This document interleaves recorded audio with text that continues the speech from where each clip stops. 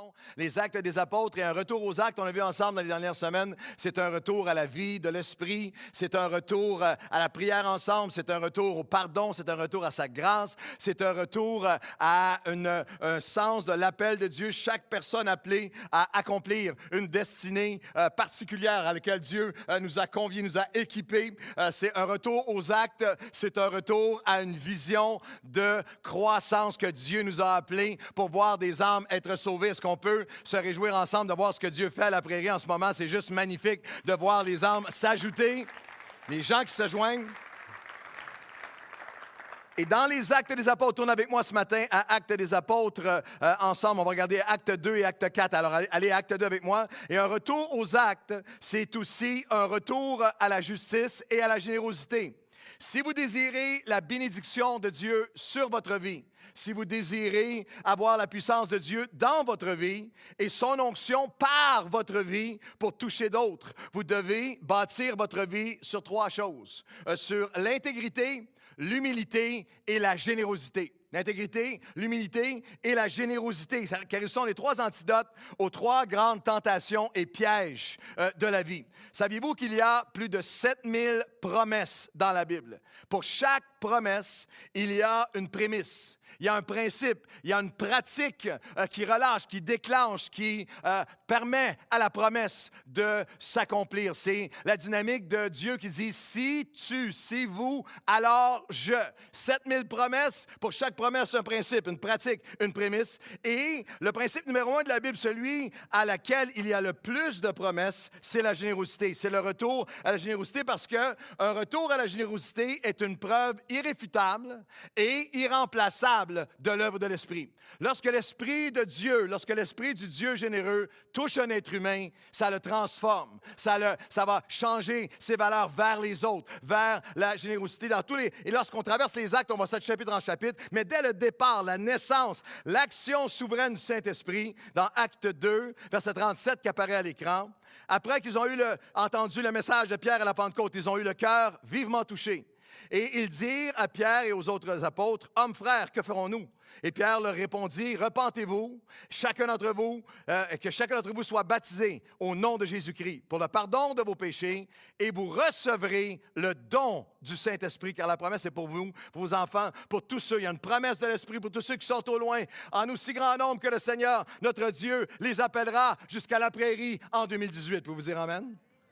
Alors, il y a ça c'est là. Lorsque l'Esprit agit, l'œuvre de l'Esprit, elle est immuable, elle ne change jamais. Elle est irremplaçable, on peut la reconnaître. À chaque fois que vous allez avoir l'œuvre de l'Esprit, il y a une œuvre les gens sont touchés, les cœurs sont touchés. Il y a une œuvre de conviction, de repentance, de gens qui disent, « Hommes, frères, que ferons-nous? Je sais que j'ai besoin de changer. Il y a des choses en moi. » L'œuvre de Dieu, l'Esprit de Dieu qui vient, il y a, alors qu'ils ont ouvert leur cœur, reçu, la Bible dit, la promesse est là. Vous allez recevoir le don du Saint-Esprit. Et le résultat, le fruit, la manifestation, la preuve irréfutable et inébranlable de l'Esprit à l'œuvre, ils ont été remplis de l'Esprit. Et la suite, verset 42. Ils persévéraient dans l'enseignement des apôtres, la communion fraternelle, la fraction du pain, dans les prières, c'est l'œuvre de l'Esprit. La crainte s'emparait de chacun, se faisait beaucoup de prodiges et de miracles par les apôtres. Et tous ceux qui croyaient étaient dans le même lieu. Ils avaient tout en commun. Ils vendaient leurs propriétés et leurs biens. Ils partageaient le produit entre tous selon les besoins de chacun. Lorsque l'Esprit de Dieu se manifeste, lorsqu'il vient envahir une vie, lorsque nous devenons le temple de l'Esprit, qu'il y a une action de l'Esprit de Dieu, les choses changent. Les personnes changent.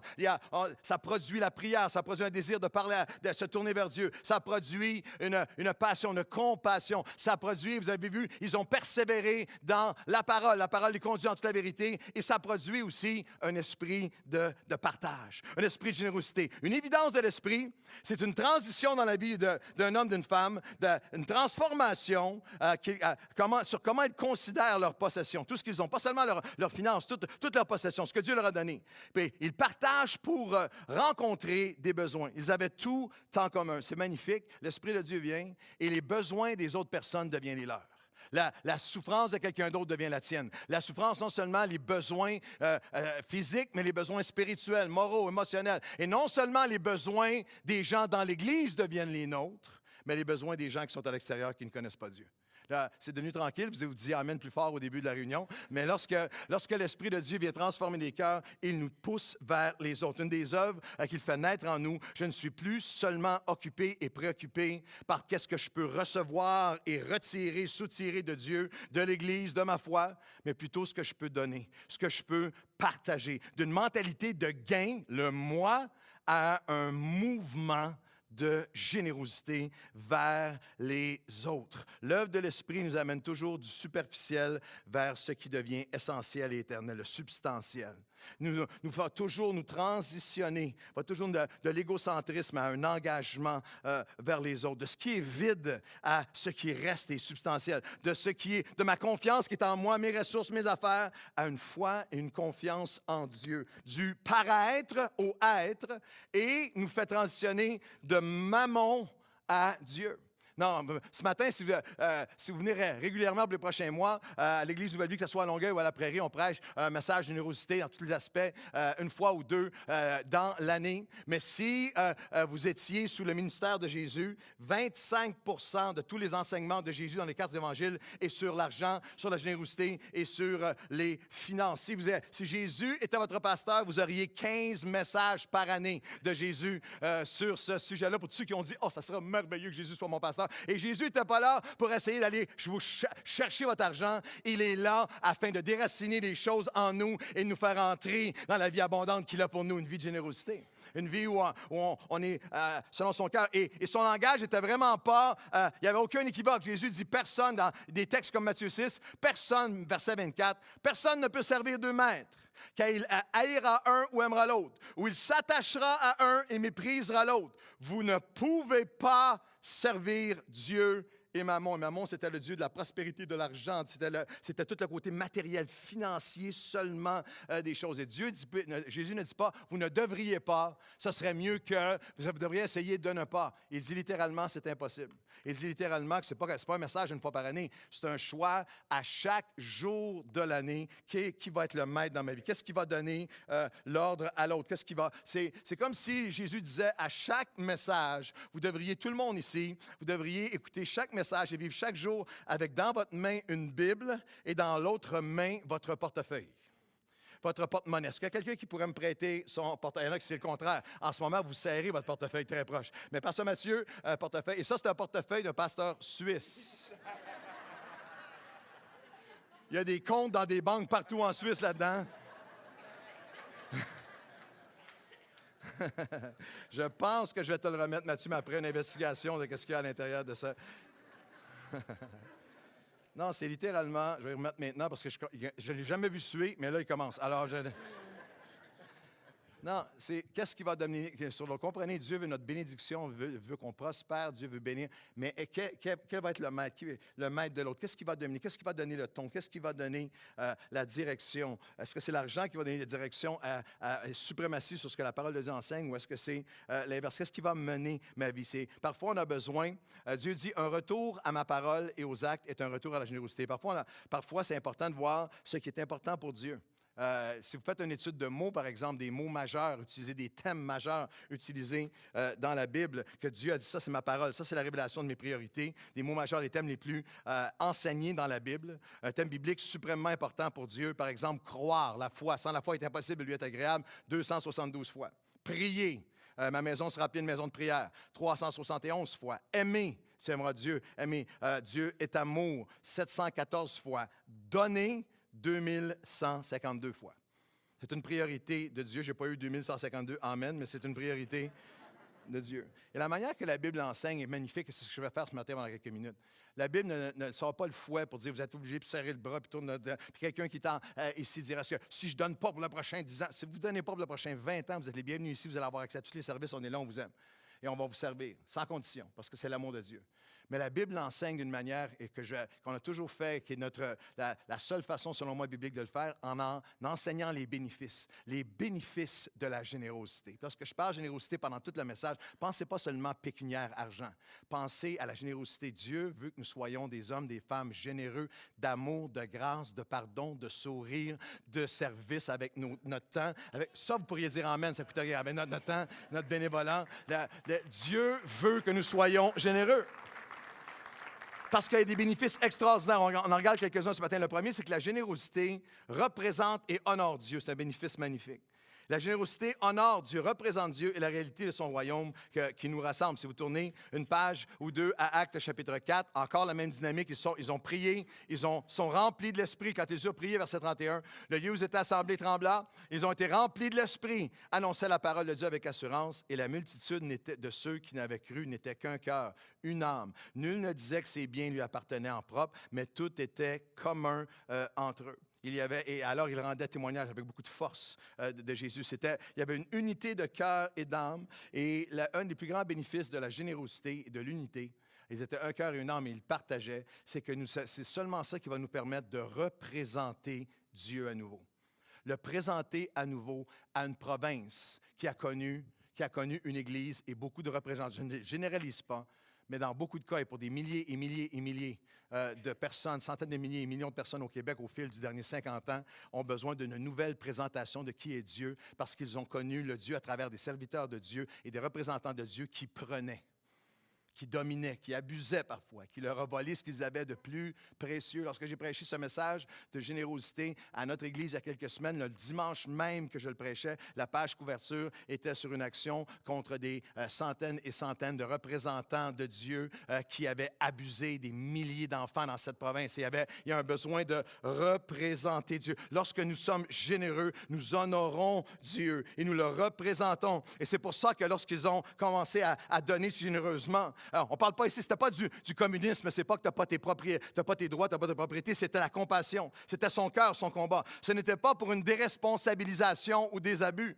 La parole de Dieu appelle à chacun à travailler, à gagner sa vie honorablement, à être honnête. C'est donné afin d'affranchir et d'accomplir. Ce n'est pas social seulement, c'est très spirituel. Alors qu'ils ont donné et étaient généreux, le nombre de ceux qui croyaient au Seigneur, hommes et femmes, augmentait de plus en plus. Acte 5, 14. C'est littéralement la générosité garde l'enfant de Dieu, le protège. La générosité fait grandir l'Église de Dieu. La générosité glorifie et élève Dieu. Littéralement, élève le Seigneur, glorifie qui il est, parce qu'il est le Dieu. On ne peut pas le représenter sans être généreux, parce qu'il est le Dieu qui a tout donné, qui donne et qui donne. La 2 Corinthiens dit de cette façon, c'est que lorsque vous donnez, vous honorez Dieu. La bonne volonté, quand elle est authentique, est agréable en raison de ce qu'elle a à sa disposition et non de ce qu'elle aura plus tard. Il s'agit de marcher dans cette loi de justice ou d'égalité. Vous allez glorifier Dieu par vos dons généreux. Votre générosité prouvera votre obéissance dans votre profession de l'Évangile de Christ. L'apôtre Paul, littéralement dit, comprenez bien, lorsque vous donnez, vous glorifiez Dieu. Vous faites avancer son œuvre glorieuse, mais aussi vous le glorifiez, vous l'honorez, vous le représentez comme le Dieu généreux, le Dieu qui donne. Et c'est assez fascinant parce que Dieu dit lui-même, j'ai une vision, une définition très précise de ce qui l'honore et ce qui le déshonore. Le Proverbe 14, 31 le dit de cette façon, négliger ou ignorer le pauvre, c'est outrager et humilier son Créateur. Mais avoir compassion et être généreux envers celui qui est dans le besoin honore Dieu. Littéralement, la dimension de Dieu dit, voici ce qui me déshonore, je vais vous le dire, et voici ce qui m'honore. Et bien sûr, blasphème, immoralité, toutes sortes de choses déshonorent Dieu. Mais, oui, louange, adoration, prière, honore Dieu. Mais Dieu dit une Église qui n'est pas une représentation de ma générosité et de mon cœur pour ceux qui souffrent et de mon engagement avec ce qu'ils ont, de s'offrant à moi, n'honore pas qui je suis, n'honore pas la nature et de qui il est vraiment. Être généreux envers les plus démunis, honore le Seigneur Jésus, honore Dieu, honore qui il est. J'aime cette illustration à la fin de son message, le général Booth, qui est le fondateur de l'Armée du Salut. Et il était connu, si vous pensez que moi je prêche longtemps, le général Booth, William Booth, était connu pour faire des messages de 3 à 4 heures. Il prenait son temps et il expliquait vraiment la Bible. Et lorsqu'il est arrivé à la fin de sa vie, son dernier message, il avait pris 2 ans à préparer tout pour un rassemblement de tous ces ouvriers. Ils ont rempli la plus grande, pas stade, mais la plus grande salle qu'ils pouvaient. Et il était assez âgé et frêle, mais là, tout le monde s'attendait à son message. Son message. Il y a quelqu'un, il est rigolo, qui a dit, il y a des gens qui avaient apporté leur lunch parce que ça va être son message ultime. Et lorsqu'il est arrivé, il a fait un message de 1 mot, traduit en français par 2 mots. Il s'est tenu devant les gens, s'est mis à pleurer. Puis Puis lorsqu'il a parlé, il a dit, This is my message, ceci est mon message. Others. Les autres. Les autres. Il y en a qui disent, ce serait le fun que tu fasses un message de 2 mots seulement ce matin. Les autres. Les autres.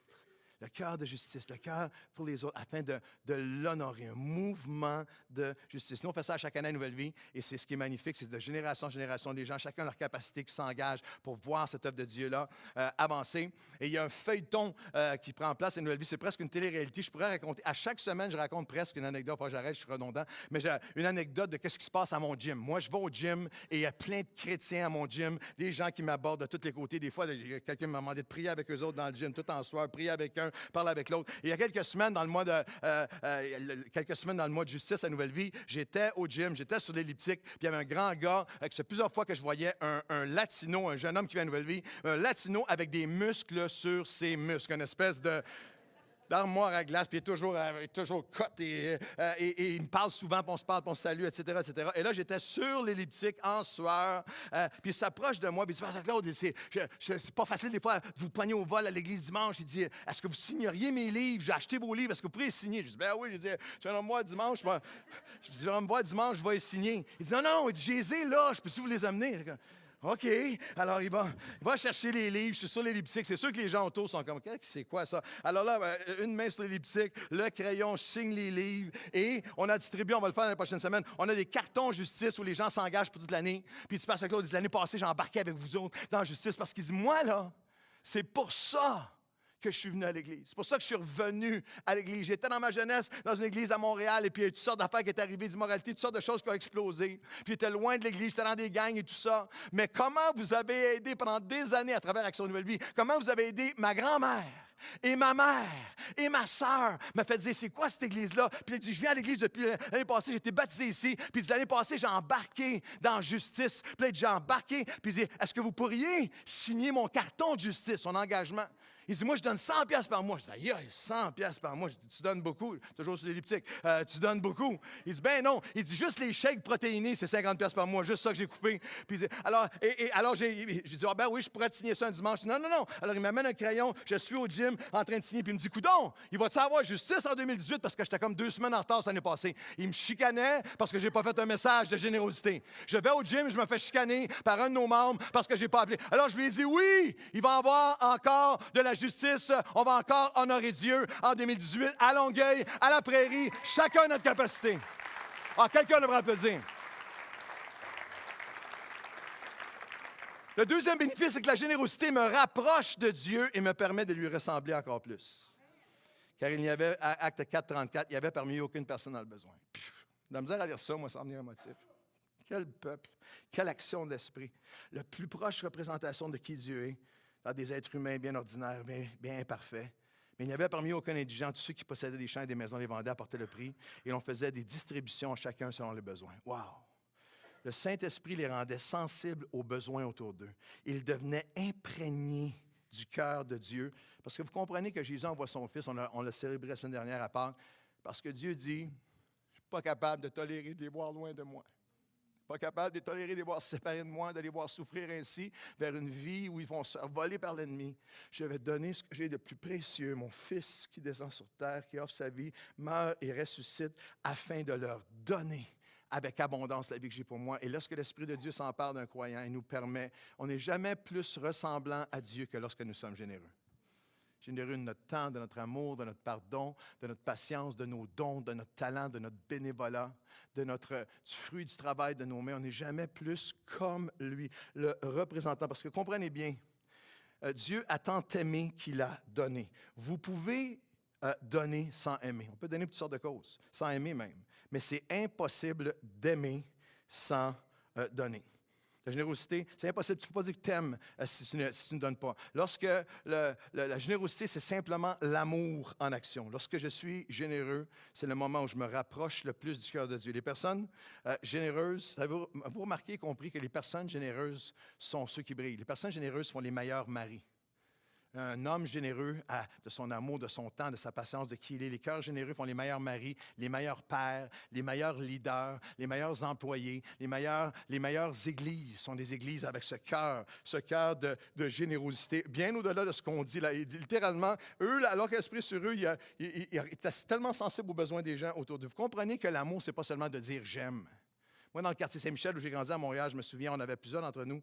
Nos pères étaient violents, nos pères étaient alcooliques, J'avais un ami que son père était il battait sa femme, surtout un alcoolique, il perdait ses emplois. Puis lorsqu'il avait des emplois, ils ont dû déménager plein de fois parce qu'ils ne payaient pas le loyer, pas de chauffage, tout ça. Et cet homme-là, lorsqu'il buvait, pouvait passer la paye au complet, était payé au mois, puis il partait pour travailler, il revenait, et puis passait tout. Puis je me souviens de plusieurs fois, lorsqu'il était sous, avec mon ami, je passais chez eux, et puis le bonhomme, il est sous, et puis là, tant qu'il venait sous, là, il venait nostalgique, puis il venait, d'un coup, là, mon ami, son ado passait à côté de lui. « Hey, toi, mon gars, je t'aime! Hey, toi, en tout cas, ça, c'est mon fils, je l'aime! » Combien d'entre vous comprenez que un peu moins de parlage et un peu plus d'amour véritable aurait été la vraie manifestation de l'amour? Est-ce que vous dites oui? Dieu n'a pas dit dans le Père, Dieu le Père n'a pas dit, cette création, je l'aime, mais il a dit, j'aime cette création, j'ouvre mes bras à travers mon Fils, puis je m'en viens les prendre. Et l'Église ne peut pas dire, j'aime Dieu, j'aime le monde que Dieu aime, sans ce cœur qui est généreux. L'amour n'est pas une déclaration qui ne donne pas. L'amour, c'est littéralement, la générosité me permet d'être transformé à l'image de Dieu. Est-ce que vous comprenez que essentiellement, fondamentalement, notre appel premier est d'être transformé. Chaque personne, chacun d'entre nous, toute notre vie après 1 an, 10, 20, 30, 50 ans de vie chrétienne, notre appel est d'être transformé à l'image de Jésus-Christ, que des gens puissent voir Jésus en moi, en toi et dans l'Église. J'étudiais juste ça pour mon propre défi personnel. Au-delà du ministère que j'ai public, au-delà de quoi? Est-ce que je suis transformé à l'image de Jésus? La Bible dit, je vous donne juste des versets en rappel. Romains 8, 29, que nous sommes prédestinés à être à son image. Celui qui l'a connu d'avance, il a aussi prédestiné et à être semblable à l'image de Jésus. Quel est mon appel? Quelle est ma destinée? Qu'est-ce que je suis appelé à faire? Au-delà de tout ce que tu vas faire, tu es appelé à être transformé, pas à devenir.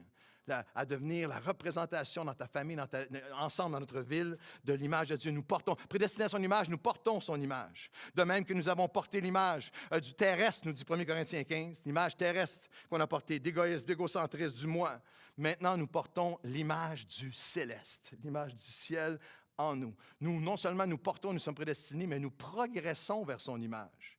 2 Corinthiens 3, 8, nous qui, le visage découvert, on enlève les masques ce matin, contemplons comme dans un miroir, c'est un miroir de la parole, comme dans un miroir, la gloire du Seigneur et nous sommes transformés en la même image de gloire en gloire, comme par l'Esprit de Dieu. Alors, c'est une question que moi je me pose et une question que mon épouse et moi on se pose. C'est pas seulement qu'on pose, qu'on répond. Une question honnête que l'Esprit de Dieu pose à chaque croyant et à chaque Église. Est-ce que je suis en progrès dans ma générosité? Est-ce que je suis plus généreux à l'image de Jésus cette année, financièrement, avec mon cœur, avec mon temps, avec mon engagement, avec ma passion, avec mon don de moi? Nous progressons, transformés à son image afin que nous puissions personnifier et présenter l'Évangile qui doit être à son image, de Corinthiens 4.4. Nous sommes là pour les incrédules, dont le Dieu de ce siècle a aveuglé la compréhension afin qu'ils ne voient pas briller la splendeur de l'Évangile de Christ, qui est l'image de Dieu. La générosité me permet de ressembler et de me rapprocher de Dieu, de me rapprocher de lui alors que je m'offre à lui. C'est là que les chants prennent. On a chanté des chants magnifiques ce matin. Oui, prends tout, Seigneur. C'est un bon chant pour prendre des offrandes. Oui, prends tout, Seigneur. Et je me souviens à chaque fois que mon ami Joël, on a fait des voyages ensemble, et aussi plusieurs fois sur le continent africain. Je me souviens lorsque plusieurs fois en Afrique, j'ai été marqué par, au moment de l'offrande, dans beaucoup d'églises africaines, c'est la joie. C'est une célébration, c'est pas c'est l'offrande, c'est juste la joie. Et je me souviens d'une fois où il y avait une offrande qui était prise pour un orphelinat là-bas, et ils prenaient les offrandes avec des grands paniers, pas des petits soucoupes comme nous, il y avait des grands paniers, et ils promenaient, et ça dansait, ça chantait. Puis à un moment donné, il y a un monsieur qui était là, il était tellement emballé, et j'imagine qu'il n'y avait pas tant d'argent que ça à donner. Il avait mis quelque chose dans le panier, puis après ça, il a sauté dans le panier. Il se promenait, puis l'autre se promenait. Il s'est offert lui-même. Il a sauté dans le panier d'offrande. Combien disent, Seigneur, ce matin, je veux sauter dans le panier, je veux m'offrir avec mes dons, mon temps, mes talents. Come on, saute dans... Et que vous avez de la misère. Dites à quelqu'un près de vous, saute dans le panier. Dites ça à quelqu'un près de vous. La générosité révèle mon cœur et rapproche mon cœur. Jésus le dit de cette façon, ne vous amassez pas les trésors dans le ciel, amassez-vous plutôt des trésors dans le ciel où la teigne et la rouille ne rouillent pas, où les voleurs ne percent et ne dérobent, car là où est ton trésor, là aussi sera ton cœur. Il est en train de dire littéralement que là où tu mets tes ressources, ton temps, tes ressources financières, là où tu mets ton attention, là où tu mets tes ressources, révèle ton cœur. Ce n'est pas ce que tu dis qui révèle ton cœur, c'est où tu donnes. Mais aussi que rapproche ton cœur. Pourquoi? Parce que j'investis dans ce qui m'intéresse. Ce dans quoi j'investis mon temps, mon énergie, mon cœur, mes finances, le fruit du travail de mes mains, gagner à la sueur de mon front, révèle que c'est ça qui est important pour moi. L'Église de Dieu est important pour moi. Le royaume de Dieu est important pour moi. Représenter Dieu est important pour moi. Mon Église, le royaume, lui ressembler est important pour moi. Et dans l'étude cette année, ça fait à chaque année, depuis 25 ans où j'enseigne la générosité parce que c'est le cœur de Dieu. Je ne serais pas fidèle à sa parole si je ne le faisais pas. Cette année, il y a un passage qui est venu me saisir et j'ai eu des saisons d'intercession pour des gens sans les connaître. Mais je sais qu'il y en avait plusieurs à Nouvelle Vie, puis il y en a ici aussi. Dans Deutéronome, lorsqu'il parle de donner la dîme ou de donner les offrandes, il dit, tu donneras, Deutéronome 14, tu donneras la dîme de tout ce que produira ta semence, de ce que rapportera ton champ chaque année. Chaque année, le fruit du travail de mes mains, tout ce que produit le fruit de mon travail, afin que tu apprennes à honorer toujours l'Éternel, ton Dieu. Lorsque l'Éternel t'aura béni et que le chemin te semblera trop long, tu serreras ton offrande dans ta main. Je ne laisserai pas tomber, Tu serreras ton offrande dans ta main et tu iras la porter au lieu que l'Éternel, ton Dieu, a choisi pour y faire résider son nom au 200 boulevard. C'est quoi déjà le boulevard? Il manque un zéro. 2000 boulevard Saint-Jean à la Prairie, à l'endroit où Dieu fait résider sa gloire. J'étais très touché, puis j'étais appelé en intercession dans les dernières semaines parce que sans savoir qui, j'avais cette image de personnes qui sont assises ici ce matin, qui sont dans nos églises, qui sont dans l'église du Élevé à Longueuil. Et il révèle quelque chose de très, très important dans le texte ici. Il donne deux causes. Et moi, j'ai vu ça depuis toutes mes années comme pasteur. Deux choses, deux causes, deux raisons. Deux types de courants qui fait que des personnes peuvent arrêter de donner ou cesser de donner ou diminuer de donner. Et les deux peuvent vous surprendre, mais le premier, c'est la bénédiction. Lorsque tu seras béni, il y a beaucoup de gens ici, quand vous êtes arrivés au Seigneur, vous n'aviez rien, vous étiez lavé, vous étiez en morceaux. Lorsque Dieu a commencé à vous restaurer et lorsque le message de générosité vous a été donné, vous avez cru, vous avez commencé à donner et c'était des montants qui peuvent être dérisoires. Moi, ma première paye chrétienne que j'ai donnée, c'était 15 $. Je donnais 15 piastres et 58 parce que je faisais 158 piastres. 150 piastres, c'est 50, whatever. Alors, mon 10 mon petit 15 $ que je donnais. Mais Dieu nous a bénis, Dieu nous a prospérés. Et souvent, lorsque la bénédiction vient, on commence à diminuer. C'est prouvé que plus les gens font des revenus hauts, moins ils donnent. La bénédiction, parce que la bénédiction fait que j'achète ça, j'achète d'autres choses. Genre une plus grosse maison, deux plus grosses maisons, un chalet, une maison, une auto, un autre auto, des vêtements, une paire de souliers, 2, 7, 8, 10 paires de souliers, un téléphone, iPhone 1, 2, 3, 4, 5, 6, 7, 8, iPhone. C'est comme vous suivez? La bénédiction. C'est comme l'homme qui est venu voir son pasteur, c'est un classique. Il est venu voir son pasteur, il dit, pasteur, quand j'ai commencé, moi, je donnais 10 piastres par semaine parce que c'était ça que mon revenu, mais Dieu m'a béni. J'ai parti une entreprise. Puis il dit, en ce moment, là, il dit c'est dur, il dit, cette année, là, il dit, vous verriez le chèque, si je donne vraiment ma dîme là, de ce que j'ai fait, là, c'est dur de le lâcher. Alors le pasteur a dit, parfait, mon frère, je vais prier pour toi afin que Dieu t'enlève la bénédiction et ton revenu diminue, afin que tu puisses être fidèle à Dieu. Alors, la bénédiction, là, Dieu se cherche des gens qui ont été bénis et qui vont dire, Seigneur, tu m'as béni et je vais en jouir et en profiter, mais je vais continuer à serrer mon offrande dans ta main et à venir la donner à ta gloire et à ton honneur. Et l'autre chose, il dit, lorsque le Seigneur t'aura béni, la deuxième force qui vient d'essayer de nous voler la bénédiction, c'est la blessure. Et lorsque le chemin te paraîtra trop long, il est arrivé tellement d'affaires, il est arrivé des choses dans mon couple, il est arrivé des choses avec mes enfants, il est arrivé des choses à mon travail, il est arrivé des choses à mon ministère, il est arrivé des choses que, c'est comme, je suis encore là, mais j'ai décroché des promesses de Dieu, j'ai décroché tout ça, j'essaie de me refaire, puis ça fait un an. La voix de Dieu limpide arrive à chacun d'entre nous. On a tous eu ces saisons-là. Et il dit aujourd'hui, prends cette offrande, saisis-la en 2018. Ne laisse pas l'ennemi venir la voler. Ne laisse pas la bénédiction la voler. Ne laisse pas la blessure. Même si le chemin est long, les promesses de Dieu sont là pour toi. Amenons la paix. Et ce n'est pas un lieu parfait. Nous ne sommes pas une église parfaite. Mais combien croient que la gloire de Dieu réside dans ce lieu? La présence de Dieu est ici, à la prairie. Alors je vais apporter mon offrande pour voir cette œuvre se manifester. Parce que la générosité, littéralement, me représente et honore Dieu et la réalité de son royaume, me rapproche de Dieu et me permet de lui ressembler un peu plus.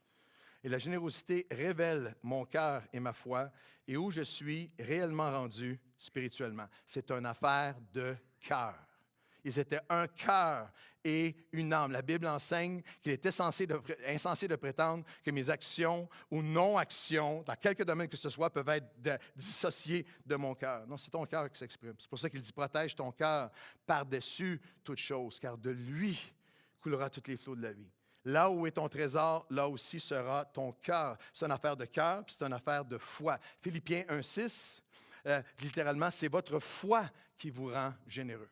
Il n'y a pas la plus grande manifestation de foi que de donner, plus grande manifestation d'un cœur d'amour que de donner. C'est pour ça que l'apôtre Paul, avec une inspiration tellement puissante de l'Esprit, le dira de la manière la plus claire possible, d'une manière que nous, on hésiterait à dire aujourd'hui. Mais dans 2 Corinthiens 8,9, il dit, en parlant de l'offrande, « Donnez donc à la face de l'Église la preuve de votre amour. » La preuve de l'amour, que chacun donne comme il a résolu dans son cœur. C'est littéralement un des plus grands bénéfices, c'est que lorsque je donne, je renouvelle mon cœur, je le rapproche de Dieu, je le protège, mon cœur, face aux choses de Dieu. Il y a un phénomène qui prend place en ce moment, depuis, je dirais, 7-8 ans, surtout depuis l'émergence de Facebook et des médias sociaux. On a vu récemment comment même les données personnelles qui sont perdues et tout ça, ou qui sont prises ou qui sont utilisées à mauvais escient. Mais il y a un phénomène aussi que tous les organismes humanitaires connaissent, UNICEF, Compassion, Vision mondiale. Tous les grands organismes ont réalisé que dans les derniers 10 ans, à cause de tout un mouvement sur Facebook, comme vous savez, il est possible de liker quelque chose. « Oh, I like that. J'aime ça.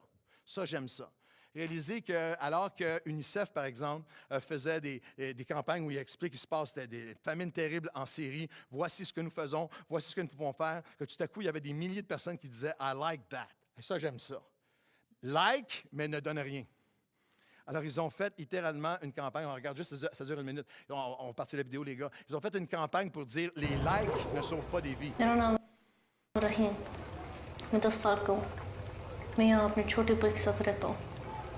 कभी-कभी मैं डरता हूँ कि मैं बीमार हो जाऊँगा जैसे अब मैं हो गई थी फिर मेरे भाई को कौन संभालेगा लेकिन मुझे लगता है सब कुछ ठीक हो जाएगा आज यूनिसेफ सीरिया के पास 1,77,000 लाइक्स फेसबुक पे नामुमकिन नहीं है समर तक 2 लाख हो जाए फिर सब कुछ ठीक हो जाएगा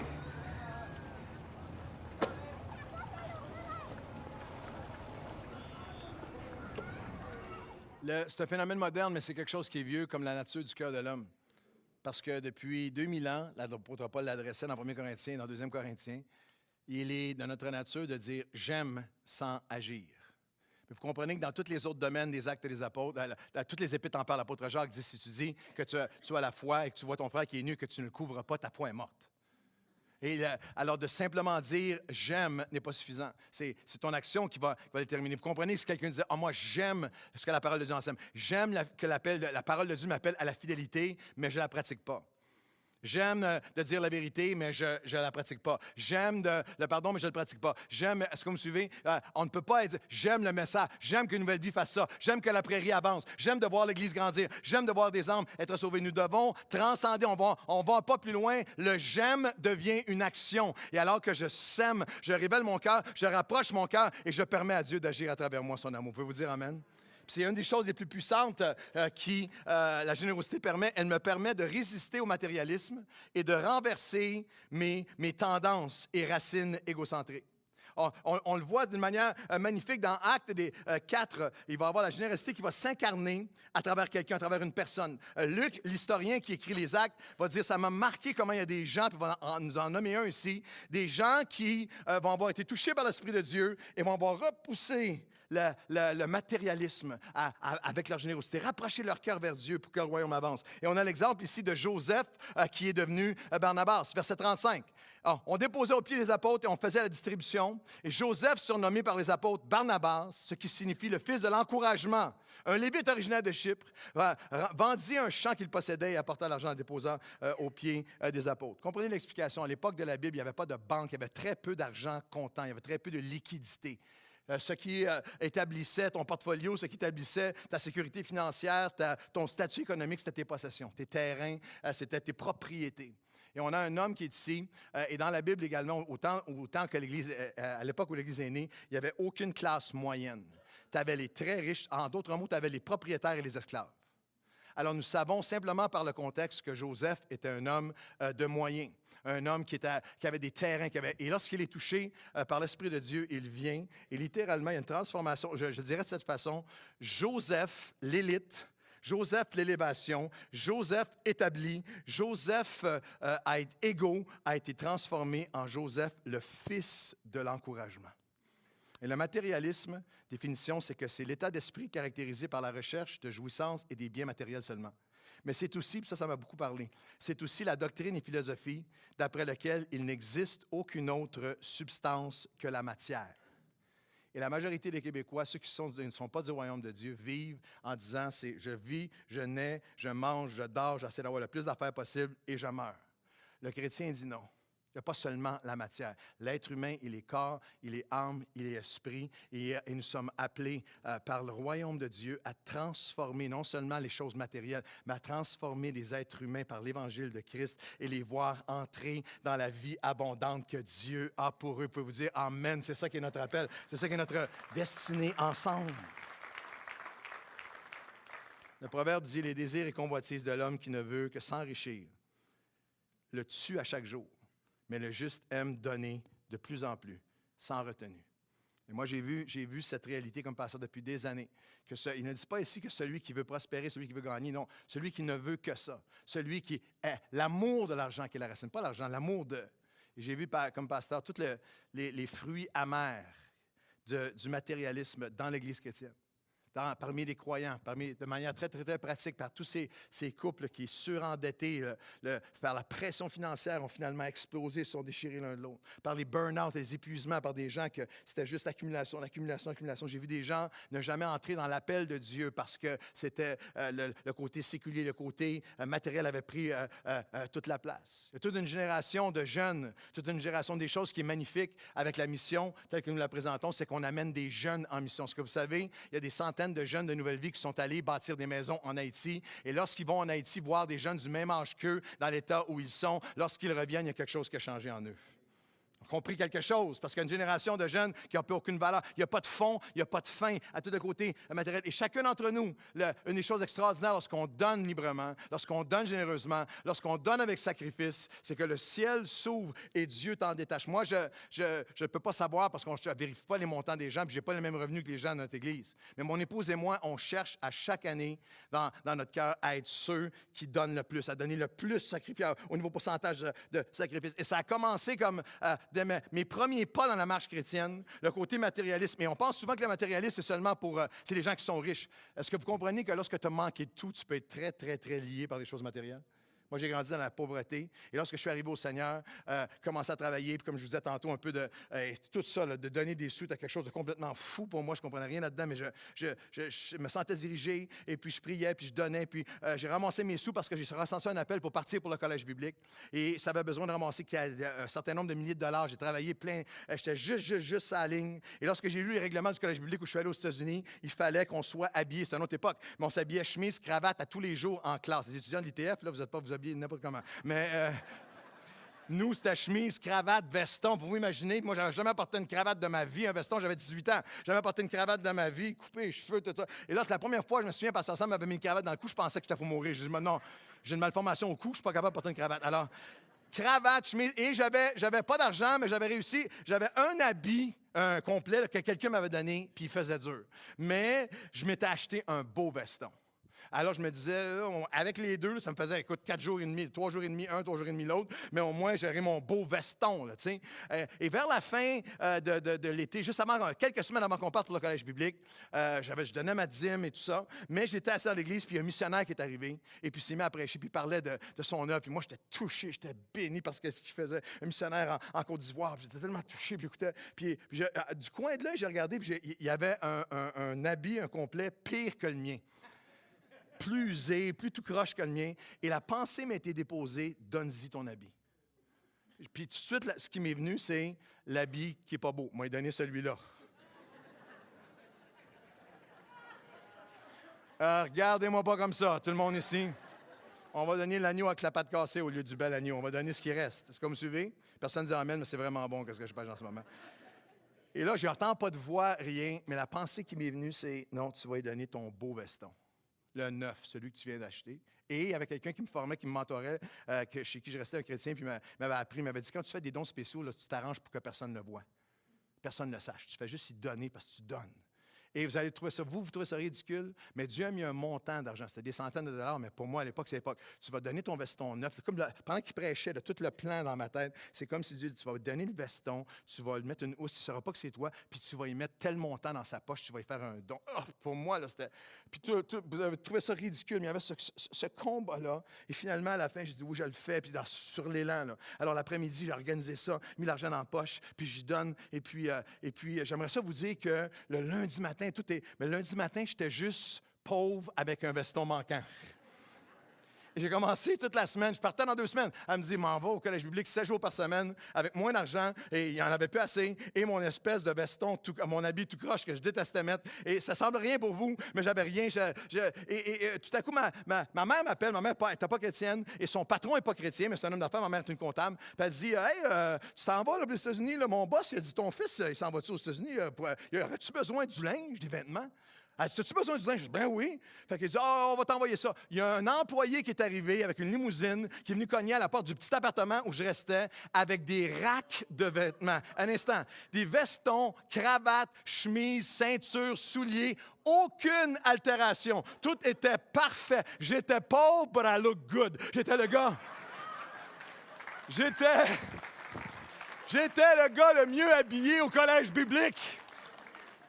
Et dans le dimanche suivant, j'avais un de mes beaux vestons sur le dos. Ils ont prié pour moi. Puis alors que je suis sorti, le pasteur m'a proposé, là, juste te dire, le monsieur ne veut pas dire c'est qui. Il y a une famille de l'Église, ils ne veulent pas dire c'est qui, mais dimanche passé, après la réunion, ils ont dit, on y paye son année scolaire au complet, sa première année scolaire au complet. Je crois directement que Dieu était à l'œuvre en train d'ouvrir les écluses des cieux. Quelqu'un devrait dire amen.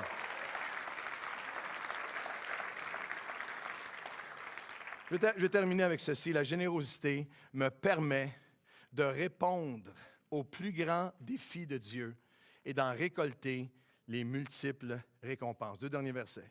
Dans les Actes des Apôtres, Jésus dit, nous lisons dans Acte 20, « Je vous ai montré de toute manière que c'est en travaillant ainsi qu'il faut soutenir les plus démunis. » Il y a du travail, il y a de la générosité.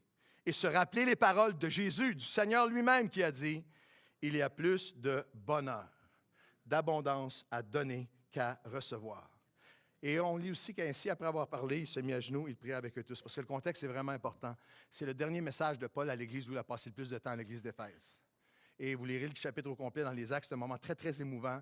Parce qu'apôtre Paul, alors qu'il les rassemble, cette Église d'Éphèse magnifique, et dans la prière, avant la réunion ce matin, il y a une parole qui était « Je veux vous ramener pour vous ramener à votre premier amour ». Et l'Église d'Éphèse, qui était bouillante pour Dieu, qui marchait pour Dieu, mais il y avait cet avertissement divin. L'apôtre Paul va les rassembler, puis il va dire, je veux juste que vous lirez le chapitre 20, je veux juste que vous sachiez qu'il y a un loup ravisseur qui va essayer de venir voler la semence, il va essayer de venir voler l'essence même de ce que je veux faire au milieu de vous. Il leur dit, je vous rappelle que vous allez travailler, ça va partir de votre foi et du fruit du travail de vos mains, vous allez secourir les gens qui sont dans le besoin parce que Jésus lui-même nous a enseigné que le cœur généreux, il y a plus de bonheur à donner qu'à recevoir. Et ceux qui ne croient pas ça, ceux qui entendent ça en disant « ouais », c'est seulement des personnes qui ne donnent pas, qui ne croient pas ça. Parce que lorsque tu entres dans cette dynamique de donner de l'amour, de la grâce, du pardon, de toi, que tu es généreux avec tout ce que tu possèdes, tu découvres un mode de vie où c'est vrai qu'il y a plus de bonheur à donner qu'à recevoir. Que ceux qui l'ont vécu disent Amen. Ouais. Mais c'est tellement profond, c'est tellement enraciné en nous, c'est tellement difficile pour nous que la générosité nous permet, seulement la générosité peut nous permettre de répondre à le plus grand défi de Dieu. Dans tous les appels que Dieu fait dans la Bible, il y a une seule fois où il va dire, je sais comment c'est difficile pour vous, mettez-moi à l'épreuve. Essayez-moi pour voir.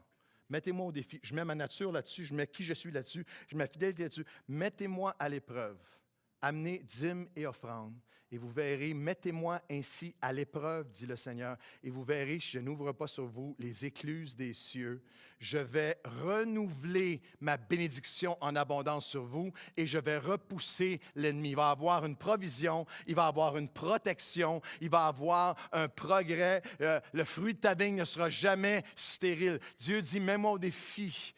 Jésus dit, entendez le défi de Dieu, c'est la vie généreuse qui va apporter son fruit. Le Seigneur lui-même finit l'Ancien Testament, la dernière page de l'Ancien Testament. Si vous lisez Malachie, c'est tous des avertissements. Avertissement contre l'infidélité, avertissement contre l'immoralité, avertissement contre l'impudicité, avertissement contre l'idolâtrie, toutes des choses qu'on sait que Dieu avertit, et avertissement contre l'indifférence à l'appel de Dieu à la générosité. Et lorsqu'ils ont, et j'aimerais vous dire qu'ils l'ont entendu, ils ont répondu, mais ils ont serré les bras, ils sont froncés les sourcils, ils ont serré les poings, serré les bras, et vous avez 400 ans de silence. Le ciel s'est fermé. Mais à tous ceux qui sont prêts à entrer dans ce mode, et je veux le dire en terminant prophétiquement pour l'Église de la Prairie, nous avons des besoins immenses.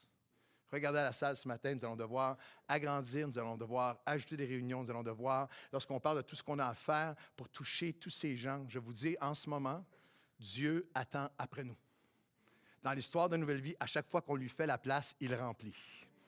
Alors, nous voulons servir, nous voulons... Et parfois, on va dire, c'est juste trop... On n'a pas les ressources, j'ai besoin de semer en vous que l'histoire de l'œuvre de Dieu à travers le monde, mais l'histoire de Nouvelle Vie est ancrée dans des moments où on est complètement sans ressources, au bout de nous-mêmes, mais alors que nous donnons, Dieu ouvre les écluses des cieux, il bénit, il protège. Là, nous avons déterminé le premier dimanche que j'ai prêché le mois d'août 1993 à Nouvelle Vie. Le premier message était Ésaïe 58. Si tu donnes de ton pain à celui qui a faim, si tu couvres celui qui est nu, si tu vas en aide, si tu n'as pas un doigt tendu, un doigt de jugement, mais tu as plutôt une main tendue, Dieu dit, tu diras, Seigneur, et je dirai, me voici. Je vais répandre la bénédiction sur vous. Alors, on n'a pas seulement parlé ça, on a cru ça, on a développé ça. Et en tant qu'Église, ça n'a jamais été 10 % qu'on donnait à l'extérieur. On donnait 15, on donnait 20. Savez-vous que pour vous, aujourd'hui, vous regardez le fruit d'Action Nouvelle Vie, mais lorsque la première fois, on a ouvert Action Nouvelle Vie, une banque alimentaire et tout ça, il y a des pasteurs qui venaient me voir, qui me disaient, comme jeune pasteur, j'avais 30 ans, quelle gaffe tu fais là?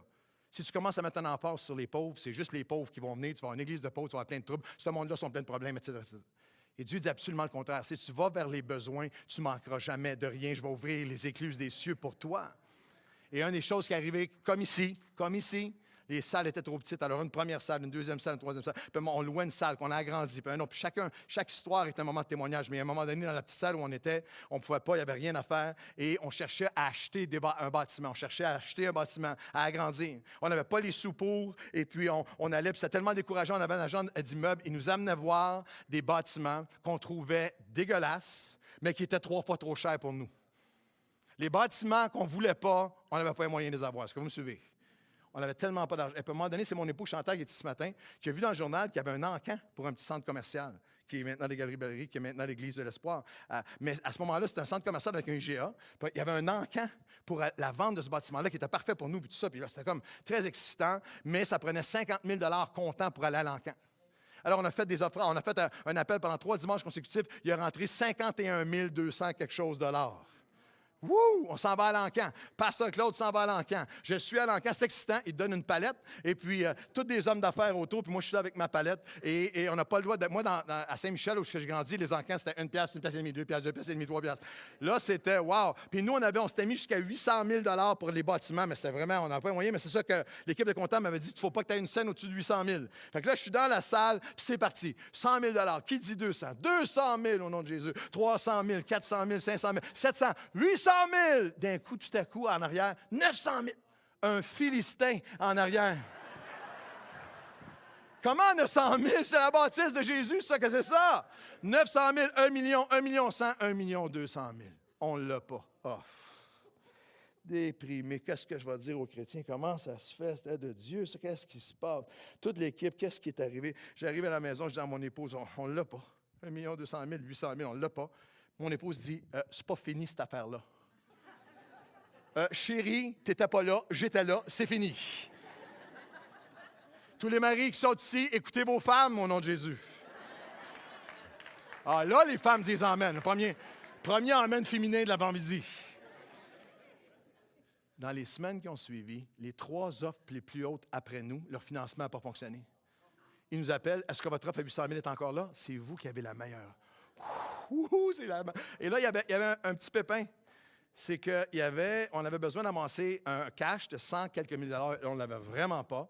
Et il y avait un locataire qui était là, le IGA, un IGA qui fonctionnait, qui avait un bail de 3 fois 10 ans. Et nous, on voulait la salle pour elle. Alors, pour qu'ils puissent partir, notre offre était conditionnelle à ce qu'eux s'en aillent. Alors là, on avait tout ça en même temps. Alors, on prend rendez-vous avec eux dans une grande tour à Montréal, puis on s'en va là-bas. Puis là, j'amène 2 gars d'affaires de l'Église avec nous, les gars du CA. Et puis, super fin, les gars étaient vieux. Moi, j'avais 30 ans. Alors, et les gars disent, écoute, parce que là, dans ces meetings-là, des fois, ce qui est mieux, là, c'est parler moins puis écouter plus. Je ne sais pas pourquoi ils m'ont dit ça, mais en tout cas. Fait qu'on s'assit là avec le monsieur, puis on essaie d'avoir là le plus sérieux possible alors qu'on n'a pas de cash, puis on veut leur dire qu'on a besoin de leur bâtiment principal qui n'importe quel autre propriétaire voudrait, parce que c'est la source de revenus la première. Et avant que je dise quoi que ce soit, le vice-président qui était là devant nous, il dit, écoutez, je sais que c'est une mauvaise nouvelle pour vous, vous venez d'acheter le bâtiment, mais nous, là, les GA ne marchent pas, on veut casser le bail. On veut sortir de là. On a un bail de 30 ans, mais on veut sortir de là. Et moi, ça a sorti de moi. J'ai dit, ça va vous coûter cher. Ils nous ont donné 125 000 le cash qu'on avait besoin pour pouvoir sortir, pour pouvoir... Oh, vous devriez applaudir plus fort que ça! Honore-moi! Honore-moi! Fais-moi confiance, réponds à mon défi, et vois si je n'ouvrirai pas les écluses des cieux sur toi, ton couple, ta famille, ton emploi, ton Église et l'œuvre de Dieu. Je vais repousser l'ennemi, je vais renouveler ta vigne et je vais manifester ma gloire. C'est ce que Dieu va faire au nom de Jésus.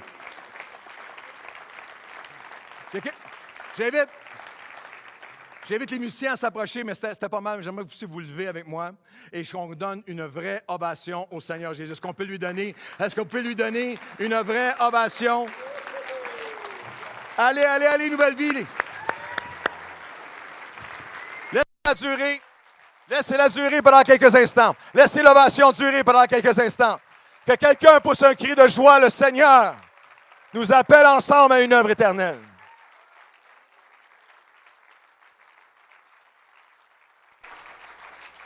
J'aimerais que vous puissiez avec moi dans ces derniers moments ce matin, qu'on puisse tendre nos mains vers Dieu. Et nous allons chanter, l'équipe d'adoration va conduire le chant de l'espoir. Mon espoir, j'ai cet espoir comme un ancre pour mon âme. J'aimerais que vous puissiez chanter pour vous-même, Seigneur, mon espoir va être en toi. La confiance va être en toi. Et j'aimerais que vous puissiez chanter pour tous ceux qui ont besoin de Dieu, qui sont autour de nous. Avez-vous remarqué depuis quelques mois, depuis la dernière année? Merci, Pasteur Seigneur, pour Pasteur Mathieu, Nicole, toute l'équipe. Merci pour tous ceux qui se joignent. Merci pour les fidèles qui étaient là depuis des années. Est-ce que vous voyez le nombre de personnes qui s'étaient éloignées de Dieu, qui reviennent à Dieu ici? Est-ce que vous voyez le nombre de personnes qui viennent et reviennent à Jésus? Le Seigneur a vraiment déposé puissamment sur nos cœurs. Il y a un peuple nombreux pour vous dans cette ville. Mais il faut qu'il élargisse nos cœurs ce matin de dire, Seigneur, alors que nous allons chanter ce chant qui dit, j'ai un espoir comme une ancre pour mon âme. On va le chanter en entier. Je veux que vous le chantiez pour vous-même. Seigneur, aide-moi. Élargis mon cœur de générosité dans cette année 2018, sans pression, non. Que celui qui donne le donne comme il a résolu, dans son cœur, avec joie. Mais non seulement donner financièrement. Il y a des gens, chacun d'entre nous ici, appelés à un cœur plus généreux de mon temps, plus généreux de mon service, plus généreux de mon implication, plus généreux de mes dons, de mes expériences. Et peut-être que sur le chemin, la bénédiction a fait que tu as dévié. Ou peut-être que la blessure a fait que l'offrande de ta vie a glissé entre tes mains. Mais ce matin, j'entends la voix de Dieu qui dit, serre cette offrande, serre ce cœur généreux. Et viens me l'offrir, viens le porter à la maison où réside ma gloire. Je veux te restaurer, je veux te renouveler. Est-ce qu'on peut le chanter non seulement pour nous-mêmes, mais est-ce qu'on peut le chanter prophétiquement pour les gens qui ont besoin de Dieu partout autour de nous, qui nous appellent à aller rejoindre, qui vont venir chanter avec nous ton nom, venir chanter avec nous mon espoir. J'ai cet espoir comme un ancre pour mon âme, mais j'aimerais qu'on le chante avec intercession. Je vais vous donner quelques minutes, et pendant qu'on le chante, la vie va nous reprendre après, on va retourner, on va être à la maison dans quelques minutes, mais juste ce matin, un moment d'intercession, un moment de prière, un moment où on tend nos mains vers Dieu, afin que des centaines dans cette prochaine année, des centaines et centaines d'autres, et marquez mes paroles ce matin d'avril 2018, et dans très peu de temps, non seulement des centaines, plusieurs milliers de personnes qui vont venir et revenir au Seigneur et s'épanouir et trouver la vie, et être délivrés, et être transformés dans ce lieu où 40 ans d'hommes et de femmes ont sacrifié et ont donné. Et Dieu va répondre, et Dieu va bénir, et Dieu va sauver, et Dieu va délivrer. On chante ensemble.